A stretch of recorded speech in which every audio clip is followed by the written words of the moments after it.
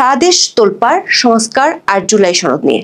এরই মধ্যে ভারতীয় মিলিটারি ইন্টেলিজেন্স বা সামরিক গোয়েন্দাদের একটি উচ্চ পর্যায়ের টিম বাংলাদেশ সফর করে গিয়েছে।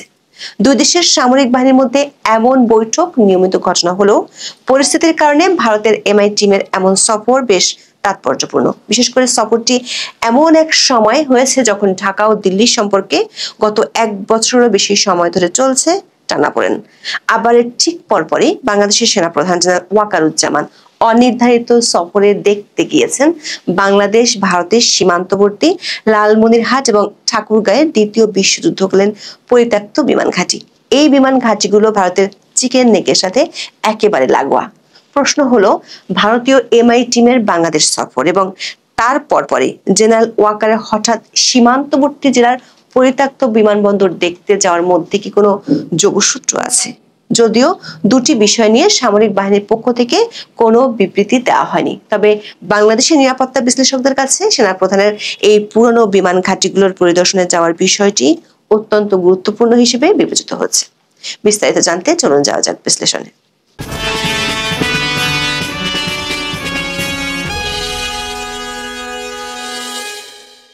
গত 8 অক্টোবর থেকে বাংলাদেশের সেনাবাহিনী নতুন করে আলোচনা শিরোনাম হয়।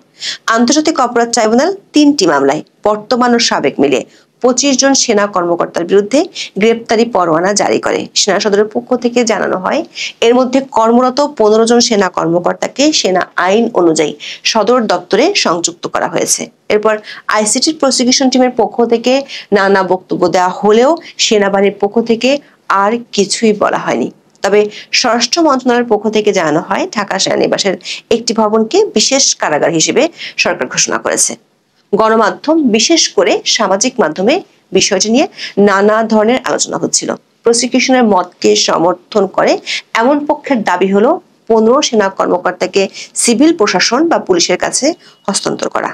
অন্য পক্ষটির বক্তব্য হলো, ফৌজদারি বিচারের দর্শন হলো অভিযোগ প্রমাণ না হওয়া পর্যন্ত কাউকে দোষী সাব্যস্ত করা যায় না, কিন্তু আইনের সংশোধন করে অভিযোগ প্রমাণের আগেই চাকরিচ্যুত করার অর্থ হলো প্রসিকিউশন বা তদন্ত দল নিজেই বিচারক হয়ে যাওয়া।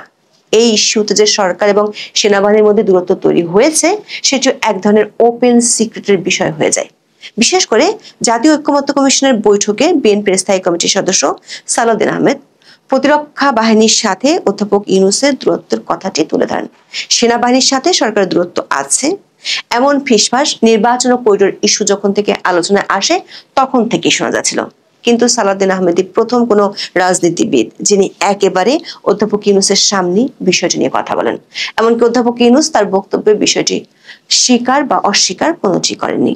সেনা কর্মকর্তাদের বিরুদ্ধে আইসিটিতে অভিযোগ দায়েরের ইস্যুটি আলোচনায় আসার পর থেকে সেনাপ্রধান জেনারেল ওয়াকারুজ্জামানকে জনসমক্ষে আসতে দেখা যায়নি। এর মধ্যে তার দুটি দেশে সফরে যাওয়ার কথা ছিল, একটি হলো সৌদি আরব, অন্যটি ভারত। 14 অক্টোবর থেকে সেনাপ্রধানের সৌদি আরবে 4 দিনের সরকারি সফরে যাওয়ার কথা ছিল, কিন্তু উদ্ভূত পরিস্থিতিতে তিনি সেই সফর বাতিল করেন। এছাড়া নয়াদিল্লিতে দুটি গুরুত্বপূর্ণ সম্মেলনে যোগ দেওয়ার জন্য তিনি আমন্ত্রণ পেয়েছিলেন। একটি সম্মেলন ছিল জাতিসংঘের শান্তি রক্ষা মিশন সংক্রান্ত এবং অন্যটি দক্ষিণ এশিয়ার সন্ত্রাস দমন সংক্রান্ত, যা 14 থেকে 16 অক্টোবরের মধ্যে অনুষ্ঠিত হওয়ার কথা ছিল। কিন্তু সামাজিক মাধ্যমে নানা ধরনের অপপ্রচার থেকে নিজেকে ও বাহিনীকে দূরে রাখতে জেনারেল ওয়াকার ভারত না যাওয়ার সিদ্ধান্ত নেন। তবে বাংলাদেশের সেনাপ্রধান ভারতে না গেলেও ভারতীয় সেনাবাহিনীর একটি দল বাংলাদেশ সফর করে গিয়েছেন। নর্থ ইস্ট নিউজ এবং বিডি মিলিটারির খবরে বলা হয়েছে, অন্তর্বর্তী সরকার ক্ষমতা আসার পর প্রথমবারের মতো বাংলাদেশ সফর করেছে ভারতীয় সেনাবাহিনীর গোয়েন্দা দল। দলটি ছিল 3 সদস্যের। দলের নেতৃত্ব দেন একজন মেজর জেনারেল, যিনি ভারতের এমআই এর অতিরিক্ত মহাপরিচালক। তার সঙ্গে ছিলেন একজন ব্রিগেডিয়ার এবং একজন কর্নেল। তারা 14 অক্টোবর ঢাকা এসেছিলেন। সেনা সদরের সূত্রগুলো বলছে, ভারতীয় সেনাবাহিনীর সদস্যদের এই সফর যতটা সম্ভব গোপন রাখার চেষ্টা করা হয় দুপক্ষ থেকেই। দুই দেশের মধ্যকার বর্তমানে যে সম্পর্ক, তাতে এই সফর নিয়ে যাতে কোনো অনাবশ্যক বিতর্ক তৈরি না হয়, সেজন্যই এ ধরনের ব্যবস্থা নেওয়া হয়েছিল। সূত্রগুলো বলছে, ভারতীয় সেনাদলের এই সফর আগে থেকেই নির্ধারিত ছিল এবং সেনাপ্রধান জেনারেল ওয়াকার এই সময়টাতে দেশের বাইরে থাকার কথা ছিল। ভারতীয় সেনাদলের এই সফর নিয়ে সেনা সদর থেকে 9 অক্টোবর একটি বার্তা পাঠানো হয়।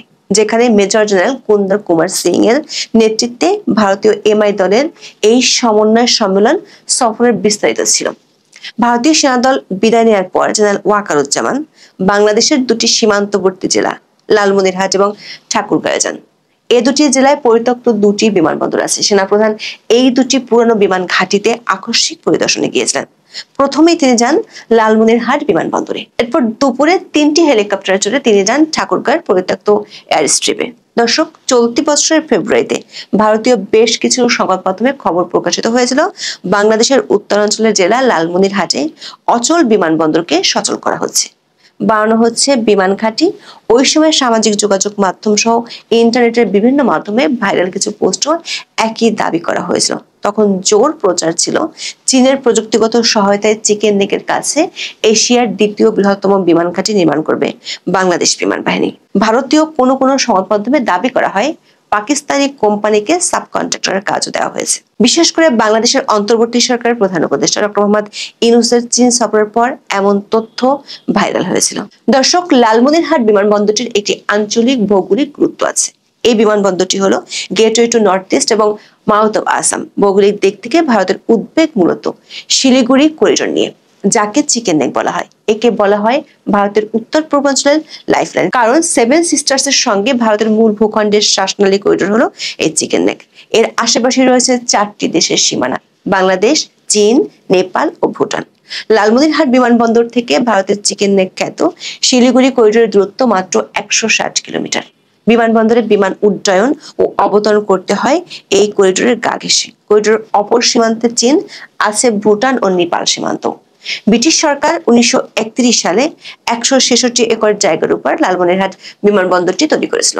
দ্বিতীয় বিশ্বযুদ্ধে মিত্রবাহিনীর জন্য বেশ কাজে দেয় এই বিমানবন্দরটি। তবে দ্বিতীয় বিশ্বযুদ্ধ শেষ হয়ে যাওয়ায় ব্রিটিশ সরকারের কাছে তখন এর প্রয়োজনও ফুরিয়ে গিয়েছিল। পরে তারা আর ব্যবহার করেনি। যতটুকু ইতিহাস ঘেঁটে জানা গেছে তাতে দেখা যাচ্ছে 1958 সালে এখানে স্বল্প পরিসরে বিমান সার্ভিস চালু হয়েছিল। তবে 1971 সালে বাংলাদেশের মুক্তিযুদ্ধে এই বিমানবন্দরটি ব্যবহার করেছিল পাক বাহিনী। তারা সামরিক ঘাঁটি স্থাপন করেছিল। তখন বাংলাদেশ স্বাধীন হওয়ার পর 1972 সালে এটিকে বাংলাদেশ বিমান বাহিনীর হেডকোয়ার্টার করার সিদ্ধান্ত হয়েছিল, কিন্তু পরে তার বাস্তবায়ন করা হয়নি। 1983 সাল থেকে এখানে কৃষি প্রকল্প গড়ে তোলে বিমান বাহিনী। মিলিটারি ফার্মের তত্ত্বাবধানে গড়ে তোলা হয়েছে গরুর খামার। সাম্প্রতিক সময়ের মধ্যে লালমনিরহাটের এই বিমানবন্দরে প্রথম বিমান ওঠানামা করেছিল 2019 সালের 12 মার্চ। সেদিন লালমনিরহাট বিমানবন্দরের সম্ভাব্যতা যাচাই করতে সফলভাবে ফিক্সড উইং বিমান উড্ডয়ন ও অবতরণ করেছিল বিমান বাহিনী। দর্শক, লালমনিরহাট বিমানবন্দরের পাশেই আওয়ামী লীগ সরকার প্রতিষ্ঠা করেছিল Bangabandhu Sheikh Mujibur Rahman aviation and aerospace বিশ্ববিদ্যালয়। 2021 সালে সাবেক প্রধানমন্ত্রী শেখ হাসিনা এই বিমানবন্দর চালু ও এখানে কারখানা বানানোর কথা বলেছিলেন। আর অনেক আগে থেকেই ভুটান এই বিমানবন্দরটি ব্যবহারের প্রস্তাব দিয়েছিল। তবে এই বিমানবন্দর সচল করার ক্ষেত্রে বড় বাধা হলো আকাশ সীমা নিয়ে জটিলতা। এর জটিলতা দূর করতে হলে ভারত, বাংলাদেশ ও ভুটানের মধ্যে ত্রিপক্ষীয় একটি চুক্তি লাগবে। সেনা সূত্রগুলো বলছে সাম্প্রতিক সময়টাতে সেনাবাহিনীর জন্য খুব সংবেদনশীল।